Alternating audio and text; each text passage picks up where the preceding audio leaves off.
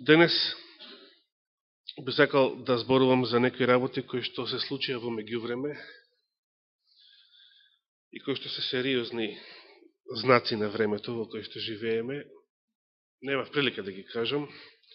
До сега, иако ги споменувавме, нешто споменавме во средите, нешто вака приватно. Ме радува Дезмонд Дош што привлекува внимание. Јас воопшто не очекував вакво нешто да се случи.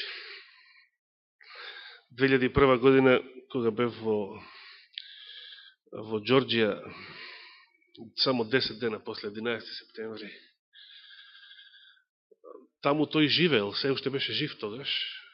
Меѓутоа, оддалеку можев само да гледам планината, каде што ми рекоа дека живее се уште над 90 години возраст. Надвор од цивилизација, немаше ни асфалтиран пат до таму. Едноставно сакаше да биде многу далеку. Значи, ептен адвентистички. Не адвентистички, туку ептен адвентистички. Надвор од секаква цивилизација. Да. Значи, не стигнав лично да го запознам, токму заради неговата желба да биде многу далеку од цивилизација. Но и не очекував. Јас знам, во Грција има еден таков човек, односно починате веќе уште од 2002 година, кој што беше сличен случај за време на Втората светска војна и граѓанската војна во Грција. И веројатно имаше во тоа време на многу места во светот, но Дезмонд Дош беше познат по тоа што, значи, не беше тој единствениот таков верник. Во тоа време повеќето верници беа такви, ако биле во војска или биле затекнати во војна. Срам за денешните адвентисти, кои што дури доброволно се пријавуваат да служат во воените формации на наци пактот и да бидат платени убици, дали во Афганистан, а денес има адвентисти што тоа го прават, во Афганистан, во Ирак и адвентистки, да, и жени се пријавуваат во војска за пари, значи, за да после војската им плаќа стипендии за школување. Најчесто е тоа така. Затоа јас ги нарекувам платени убијци. Ако нешто правите за пари што е греф, тоа е или, да не споменем еден збор, или платен убиец. Срам за денешните адвентисти е тогашната верност на тогашните генерации кои што не сакаат да пукаат ниту во непријателот, кои што сакаат да го спасуваат и непријателот, дури, и се разбира сакаат пред се да му бидат верни на Господа и во четвртата заповед, дури и среде војна. Денојве што друго се случи? Некој од вас забележавте многу чудна, до некаде малку и комична информација. Пред месец дена таман почнав да зборувам за трубите.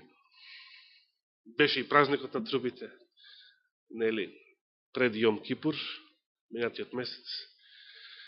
Па фативме, започнавме со 7 труби на почетокот од, значи, 8 глава, па решив да се вратиме на печатите, затоа што печатите се потребни пред да дојдеме до трубите, да ја разбереме 8 глава. И одеднаш на интернет се појави информации дека над Ерусалим, значи истиот период, минатиот месец, жителите на Ерусалим биле вознемирени од еден чуден настан. Кој настан? Одеднаш почнале да се слушаат звуци на труба, кои што доаѓале од небото, од озгора. Малку и комично според мене. Ево да ја прочитам само една од вестите по повод тој настан. Необјаснив феномен ги загржал граѓаните на Израел, а мнозини од нив веруваат дека и судниот ден затрпал на нашата брата. Интересно. Жителите на Ерусалим се почесто ги плаши звук на труба, трубен звук кој што доаѓа од небото. Истовремено со видлив знак на огнен прстен на хоризонтот. Јас на други портали пишуваше дека самите облаци биле многу чудни, биле формирани во вид на прстен, самите облаци, што во природата не случува такво нешто вообичаено. Овде напиша, еден српски портал ова го пренесува, што има смешен наслов, skandalozno.rs.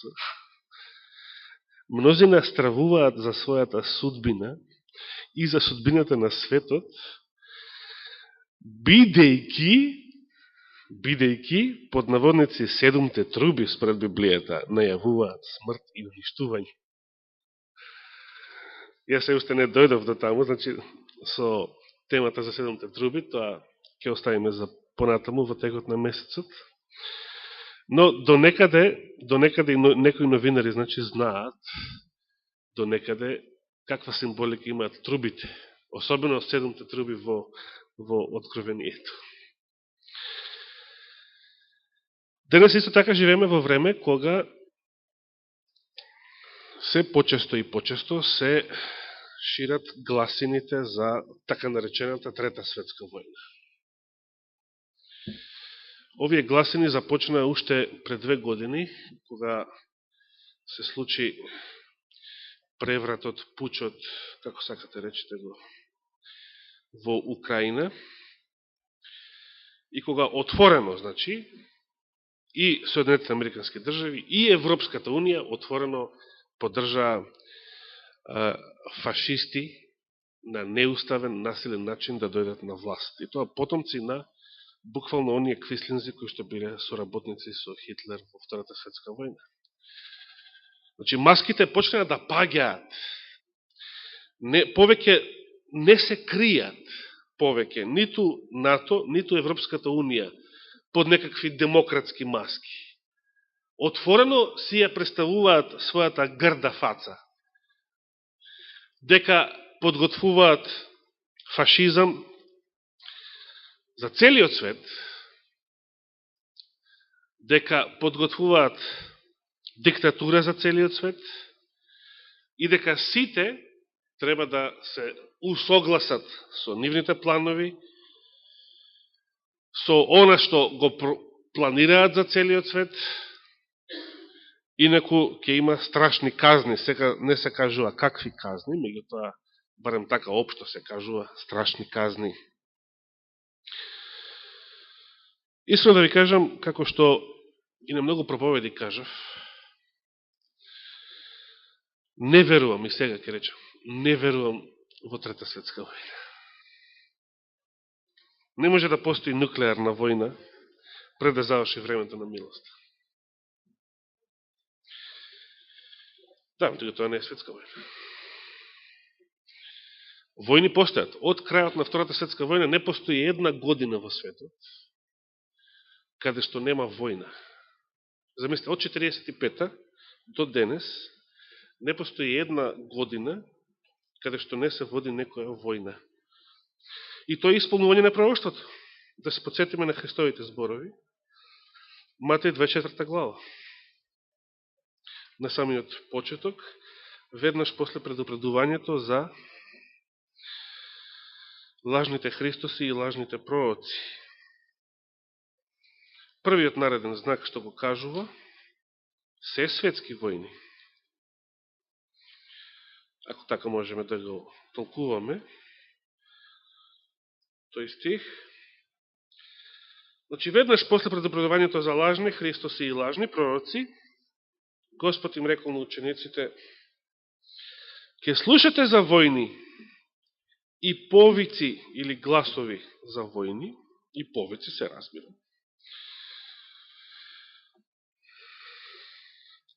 И што кажува веднаш по тоа? Гледајте да не се уплашите. Тоа е мојата порака. Библијата ни дава голема сила да го победиме секој страв. Гледајте да не се уплашите. Зашто сето тоа треба да биде, но тоа уште не е крајот. Има и пострашни работи. Зашто ќе се крене народ против народ и царство против царство и на разни места ќе има глад, помор и потреси. А сето тоа е почеток на страдањата. Тоа е почетокот. И да, тие се веќе одамна, може да речеме за наше време, се уште некој се уште живее. Лично не знам дали Дезмонд Дос се уште живее денес, веројатно не. 2006, значи веќе. 2001 беше се уште жив, само 5 години подоцна. Дали постои уште некој? Сестра Менка, ти си ветеран од својата светска војна. Имаме уште некои генерации кои што... Добро, тоа значи, море, тогаш што се родена, да, славна година. Е родена кога нацизмот ја доживеа најстрашната катастрофа, најстрашниот пораз во Курската битка. Тоа често пати на мајка ми го кажувам, бидејќи она е 43-та. А денеска некој сака да си игра Хитлер и Наполеон во близина на руската граница. И дури Ангела Меркел повика деновиве исто така, мислам, изминативе седмици, на мобилизација. Британија исто така, оваа нивна денешна вештарка што е на власт, многу се сили нешто против Русија последно време. Наводно испратила војска кај балтичките земји, членки на НАТО. И сепак не верувам дека ќе се случи нуклеарна војна додека трае времето на милост. Како што зборував и порано, зошто не верувам? Значи, ако не сум во право, ако испаднам во криво, само ја ќе бидам во криво. Нема да биде во криво ниту Адвентичката црква, ниту вие, ниту... Ово го кажам само од моје лично име.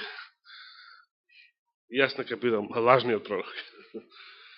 Имаше еден брат, се вика Ерик Бец, проповедник, независен, кој што 2005 година прорече дека тогашниот нов папа, Бенедикт XVI, ќе бил последниот папа. Тоа дори го каже отворено се осмели да го каже отворено на собор. Да, во Вирджинија се одржа тој собор. Со многу верници присутни од разни места дојдени. И јас и еден мој другар почнавме да го викаме во шега лажниот пророк, одnosno потенцијалниот лажен пророк. И така испадна.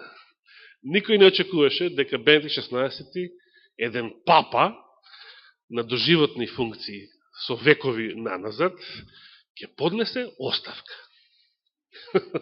Ништо, такво нешто не се случило велата од 13. век. Но ете, и тоа се случи. И сега го имаме првиот језуит папа. Но да не се смелиме да речеме дека ќе биде после. Не знаем. Може и последниот папа ќе биде, ако не црнец, може би жена ќе биде последниот папа. Шега на страна. Значи, ако не сум во право, јас ќе бидам лажниот пророк. Како што реков и пред 8 години, во 2008 година, ако се сеќавате, Израел повикуваше да се нападне Иран тогаш, и дори со зборовите, ако сега не го нападнеме Иран, за неколку месеци ќе биде предоцна. Но американците тогаш не дадоа зелено светло Израел да го нападне Иран со нуклеарни боеви глави. Се разбира со шо друго. Зошто? Затоа што Иран веќе, се дозна дека Иран веќе имал набавено од Русија оние тогашните С-300 беа, сега се новите С-400 ракетни одбранбени системи, кои што за НАТО пактот биле страф и трепет. Така беше кажено. За генералите на НАТО пактот, руските ракетни системи биле страф и трепет. Дали со страф, дали некој друг начин, Господ го има својот прст во светските настани. И дури како што му напишав на еднаш, на интернет, реков, ниту американците, ниту било кој друг на земјата владетел нема контрола над своето нуклеарно оружје. И сега тврдам отворено, ниту една денешна воена сила нема контрола над своето нуклеарно оружје. Кречете како, зашто? Кога кај нив се шифрите, кај нив се копчињата, компјутерот. Затоа што само Господ има контрола, ете затоа. Луѓето нека мислат дека имаат. И денеска многу луѓе, колку неверници почнат што мислат дека они го контролираат нивниот живот. Дали ние го контролираме нашиот живот? Што сакаме тоа правиме, што сакаме тоа ни се случува. Има ли некој во следот што ќе се јави да каже дека со него е тоа случај? Не е тоа. Не е така. Малку, како што рече Борче, една вртоглавица ќе не подсети дека не сме далеку од моментален инфаркт, од моментален мозечен удар, не сме далеку од било што сообраќајка. Во секој момент може да не стрефи нешто што ќе не спушти на земја и ќе ни одржи лекција дека ние не го контролираме ниту нашиот живот. Ние не го контролираме ниту нашиот здив. Бидејќи само Господ го контролира. Не сте свој, точно. И јас верувам дека тоа оружје ќе ја запали оваа планета, затоа што тоа оружје Господ го чува за денот што иде, денот што гори како оган, велат малите пророци. Денот Господов, во кој што горко ќе овка и јунакот. Господ ќе го запали тој арсенал. Тоа оружје ќе го употреби тогаш кога ќе биде уништен гревот. Тогаш кога ќе настапи оној последен суд, огненото езеро, и ќе биде и ќе треба да биде очистено лицето на оваа планета пред да биде создадено све ново. До тогаш, сега да се случи војна со 2-3 милиарди жртви, пред да заврши времето на милоста, некако не ми изгледа верно. После времето на милоста? Да. Кога само 144 илјади запечатени, ќе бидат заштитени од секаков ветар, па и од нуклеарниот, а со другите ќе се случува салата, за жал. Со другите ќе се случува страшно нешто, како што вели петата труба. Со другите ќе ја бараат смртта. Луѓето ќе ја бараат смртта, вели, во тие денови. И смртта ќе бега од нив. Какви зборови. Страшни зборови. Што сега се случува за време на тие 7 зла? Да, подобро е ако никој од нас не живее тогаш, а да си биде спасен. Подобро е во гроб да бидеме, ама спасени. Бидејќи само 144 илјади ќе бидат живи и ќе поминат ни сета тоа, без да сгрешат. И никогаш нема да видат смрт до Господовото доаѓање. И последната голема гласина, за која што веќе подолго време се зборува, еве да ја повторам само со јазикот, исто така на еден новинарски напис. Ова токму брат Косталова го сподели на неговата фейсбук страница, па е користна прилика да го поздравам со сестра Надежда. Објавен ужасот кој ни се подготвува. Кој ужас? Погодете. Германија ги укинува парите. И сега ќе речете, па шо е тука ужасно? Ајде да видиме што кажала најпознатата ТВ куќа во Германија. Првата шокантна вистина е дека се укинуваат парите, а втората е дека на сите ќе ни биде вграден чип во десната рака. Интересно, зашто ќе споменуваат ова десната? Зашто никој не вели левата? Зашто никој не го споменува челото? Откровение вели дека и живот на зверот ќе биде ставен врз чело и врз десната рака. Да, меѓутоа со што има врска? Сега ќе видиме.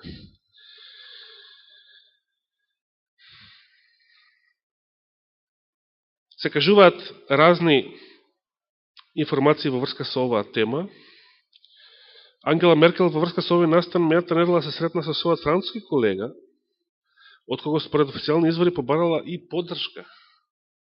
Значи сега не е само Америка, се подготвува и во Европа. Зошто, да не споменувам сега имигрантската криза, дивјаците, силувањата, сиот нереш се случува, цела Шведска е претворена во бојно поле, не знам дали знаете. Проституираните медиуми тоа не го кажуваат на вести, тоа е по цензура се ставени тие информации. Германија се водеше војна по улиците, жените не сме да отидат на базен, силување масовни, напади, убиства, реакција од страна на десничарските движења кои што убиваат, како и во Грција, имигранти и така натаму. Но сето тоа се премолчува во медиумите, за да не добиеме реалната слика на тоа што се случува. Би сакал да се подсетиме на една тема во врска со ова. Знаеме што вели откровението. Ќе направи на сите големи, мали, слободни робови да им се стави жик. И што е суштината? За да не може никој ниту да продава, ниту да купува, освен оној кој го има жигот, и не само жигот, туку и името на зверот. Значи, сите оние кои што се на некој начин претворени во собственост на зверот. 144.000 што ќе имаат на своите чела, според Откровение 14 глава 1 стих? Да, печатот е според 7 глава. Но на 14 глава пишува на нивните чела името на Христовиот Отец, името на Господ, Божието име ќе го имаат на нивните чела. Што значи, кому му припаѓаат? На Бог, тие се Господова своина. Оние што ќе го примат жигот, кому му припаѓаат? Зошто Библијата го користи овој израз жиг? Од каде е земен тој израз? Што значи жиг? Како говедата, да. Не само говедата. Во библиски времења луѓето се жигосувале, односно, кои? Робовите. Што била функцијата на жигот? Собственост, точно. Господарот со своето име, најчесто тоа било име, го жигосувал робот и робинките, и тука нема анестезија, се разбира. Животните исто така биле жигосувани за да се препознава чија собственост е тоа говедо. Па ако, да речеме, во мојот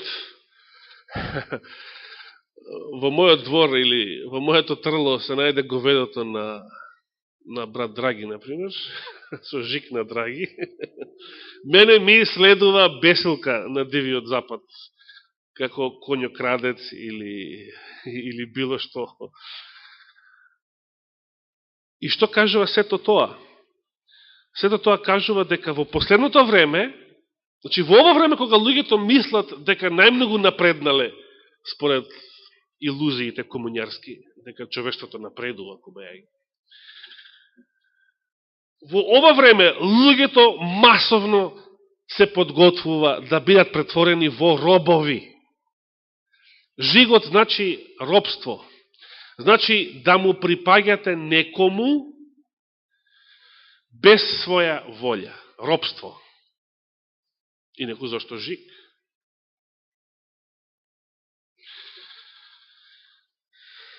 И сега прашањето што се поставува е, кому ќе му припаѓаме? Затоа што не можеме да бидеме наши, апсолутно слободни, или ќе му припаѓаме на Господа, едниот собственик, кој што има право над нас, бидејќи не создал и многу побитно не откупил. Значи, ние сме де-факто, сите луѓе на светот, де-факто се негова собственост, признавале или не. Објективно, тоа е реалноста. Само што Господ не сака луѓето да му служат со сила, за разлика од земскиве владетели начело со паднатиот ангел. Или ќе му припаѓаме на Господа, значи ние не сме своји, секако не сме своји. Некому ќе бидеме. Знаете ли, вели апостол Павле на Римјаните, знаете ли дека кому му се предавате за послушност? Слуги сте му или робови сте му на оној кому му се предавате. Или на Господа, или на гревот. Во контекст на оној муабет, да грешиме ли ако не сме под законот, туку под благодата. Поентата е, ако грешиме, значи повторно сакаме робство. Паѓаме во робството на гревот. Како што рече Господ, секој оној што греши, му робува на гревот. Галатјаните, 5 глава, 1 стих. Има еден многу убав стих во Галатјаните, 5 глава. Првиот стих. Стоите во слободата, вели апостол Павле, им пишува на Галатјаните, стоите во слободата со која Христос не ослободи и не се подавајте пак под робски јарем. Што значи ова пак? Сме били ли не некојаш под робски јарем? Да, меѓутоа, еве и фарисеите му рекоа на Христа, ние, наш татко е Аврам, ние никош на никого не сме биле робови. Еве, било кој денешен граѓанин од 21. век, еве, ние тука, може да речеме на некого сме биле роб или слуга. Меѓутоа, Господ рече, вистина ви велам, секој што прави греф, му робува на гревот. Вистина или лага? Вистина. Чиста вистина. Не е само некоја силна дрога во прашање. Секој греф представува робство и зависност.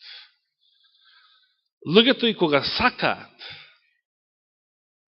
јас го знам тоа од моје искуство, уште таму на 16 години, пред да поверувам, кога сакаат да се ослободат од некој греф, барем за кратко, не можат. Сега некој ќе рече, јас кога сакам ќе оставам цигари, пример, викаме во Солун, така, јас кога сакам оставам цигари, кога сакам пак ќе пропушам и така. Тоа значи дека цигарите не ти се најсилниот порок.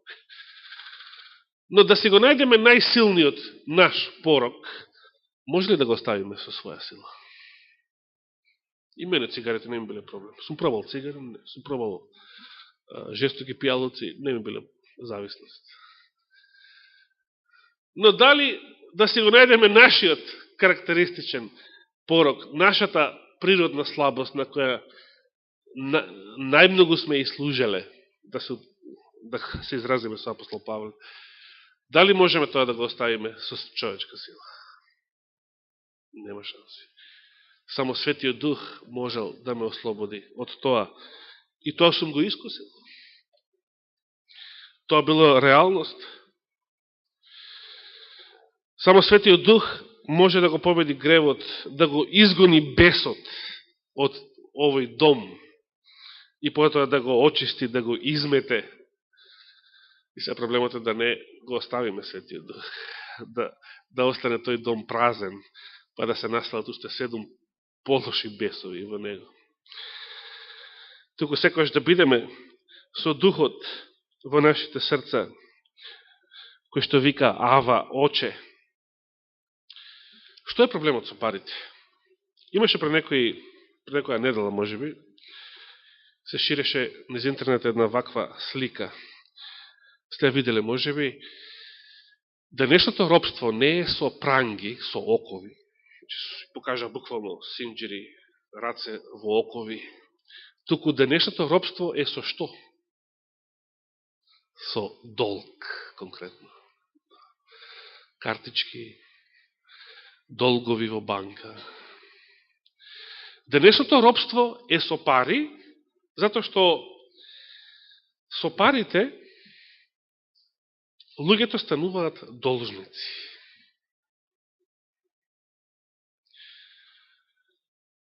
Не знам дали сте прочитале што пишува на банкнотата од американскиот долар. Не мислам на масонските знаци и символи. Не мислам ни на тоа. Да, во ред. Сето тоа има своја значење. На секој американски долар пишува "This note is a legal tender for all debts, public or private." Ова банкнота представува законска гаранција значи можност, средство за плаќање на сите долгови, јавни или приватни. Зошто е тоа така? Зошто тоа го пишува? Зато што банкнотите не се вистински пари, банкнотите се тоалетна хартија. Каква вредност има една банкнота само по себе? Значи, вие носите во продавница тоалетна хартија за да добиете вистински вредности, производи. Зошто е тоа така? Зошто не е како порано да однесете вистинска вредност, злато или сребро, за да добиете вистинска вредност, еквивалентна размена. За да има повеќе пари од злато, за да има повеќе тоалетна хартија од вистински пари, зошто? За да може да се манипулира. За да може луѓето да станат должници, луѓето да станат робови на банките. Додека имаме, браќа и сестри, додека имаме слобода, сакам ставам пари во банка, сакам извадам картичка или не сакам. Не е проблем да плаќаме безготовинско со картичка. Да, поефикасно, поубаво, побезбедно. Чипот па уште побезбеден. Како го фалат. Тогаш ништо не можеш да носиш на себе. Едноставно, ќе влезеш секаде, секаде ќе бидеш прочитан и без да знаеш. Многу убава работа. Меѓутоа, се додека ја имаш слободата, јас како и татко ми на банка не веруваш, а работеше во банки. Во животот. Све под перница. Јас како него, по негов памет исто. Мислам за било која заштеда. Но, се додека ја имате слободата, вие сте ставиле пари во банка, вие сте побарале, сте извадиле картичка. Е во ред. Но кога ќе ви речат од сега нема пари, иако и овие пари се начин за манипулирање, значи лажните, банкнотите, но кога ќе ви речат од сега дали чип, или нема пари, или што тоа значи? Вие морате да бидете робови на банките. Значи тогаш ја губите слободата. Вие мора да купувате утре задутре со ништо, буквално ништо, значи една бројка на некој електронска сметка, бројка, што значи тоа? Не значи ништо, тоа е едно големо ништо, тоа не може ни да се фати за разлика од банкнотата. Тоа не е материјално, тоа е софтвер. Тоа е дух, ако сакате. Одите, влегувате во продавница и ќе купувате работи, производи со ништо. А ќе мислите дека сте богати, дека имате се, затоа што таму некаде на интернет ќе видите дека ви стои на сметката толку и толку пари. Ви стои една бројка. И колко тоа сигурно? Што ако еден ден отидете и како прво нема интернет? Или што ако влезете во сметката и видите нула? Па ти буни се колку сакаш, ама кога беа парите под перница, тоа не може да ти го одземат. Онака со притискање на копче или на било каков друг начин. Се движи светот во правец на робство.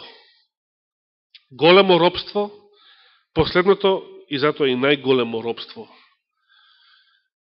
И сепак пораката е да не се исплашиме, да бидеме мудри што и како ќе постапиме во овие последни денови и со нашиот имот и со нас самите.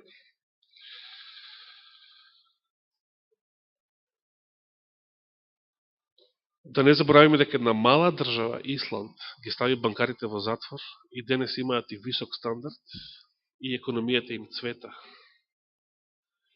Една мала држава го направи тоа што Америка не смее да го направи, бидејќи Америка е 100 години уназад роб на банкарите, од кога го донесува Законот за федерални резерви 1913 година.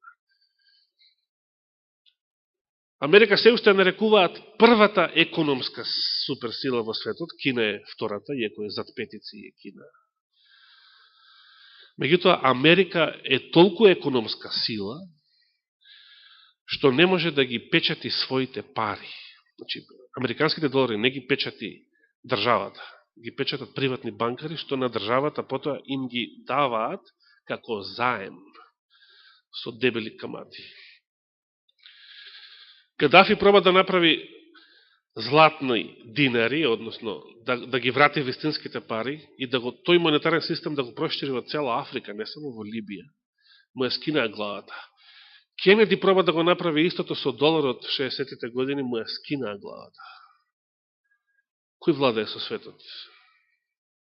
Не владеат државите, владеат приватни банкари. А тие му се кланjaат на Луцифер. Тоа робство се подготвува, тоа робство денес се наметнува. Многу поголеми држави се робови, затоа што се должници, нели? И Македонија е, меѓутоа Македонија е мачи и кашари, што велат српите. Дори читав деноеве интервју со хрватскиот пратеник Иван Пернар, многу антиглобалист, многу симпатичен за мене дечко. Отворено зборува све против ЕУ, против НАТО, не жали никого и не се плаши од никого. И тој дури кажа, ме обвинува дека сум руски шпион. Меѓутоа, јас со сите руси со кои што сум дошол во контакт, тие ми велат, ние не се интересираме што се случува во Хрватска. Исто мала земја, што не интересира нас, што се случува со вас. И ние, македонци, сме такви. Не сме толку битни како нација. Некој рече нешто? Како нација не сме битни. Но па не сме битни како нација, но како поединци, како Дезмонд Дос, како поединци, ако сме силни верници во Бога, како поединци може да го превртиме светот, како Христовите ученици и рибари. Со Господа може да бидеме се, а без Господа, што и да сме една голема нула. Какво што се и денешните пари, и денешните лажни вредности, и многу што постои денес, а луѓето како робови се наоѓаат во илузија да веруваат и да мислат дека тоа е сето она што мораме да го имаме, да го следиме и така натаму. Замислите каков робски менталитет имаат само нашите политичари кога велат сите и власт и опозиција. Ние немаме друга алтернатива. Ние мораме да бидеме во НАТО и Европската Унија. Кога нешто мораш, што значи тоа? Дека си роб. Да го послушаме апостол Павле. Да стоиме во слободата со која што Христос не откупи. И да ни даде Господ мудрост и сила што ќе правиме и како ќе постапиме во овие тешки денови кои што се пред нас. Затоа што ако вака тргнала работата, прашање е дали 2020 ќе ја доживее ние или овој свет. Со толкова брзина може и Господ да дојде и пред тоа. Освен ако тој повторно не ги одложи работите и не ни даде повеќе време за милост. Ке се скрати, да.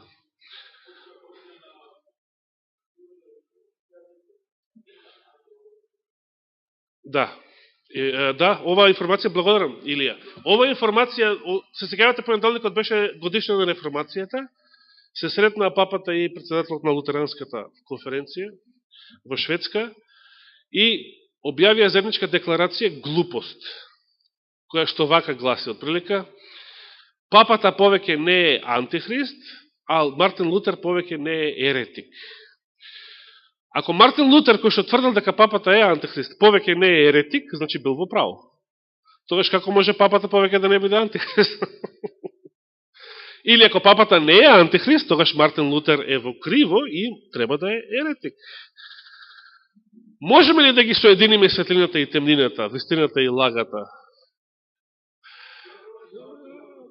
Па да, они си имаат рокови кога нив Господ им ги расипа плановите уште порано сака, уште 2000-тата, но се одложија работите. И сега затоа велам прашање, дали ние ќе имаме уште една деценија време на милост? Или веќе живееме во времето кога настаните ќе завршат без ново одложување. Многу скоро. Нека му е фала и слава на Господа. Амин.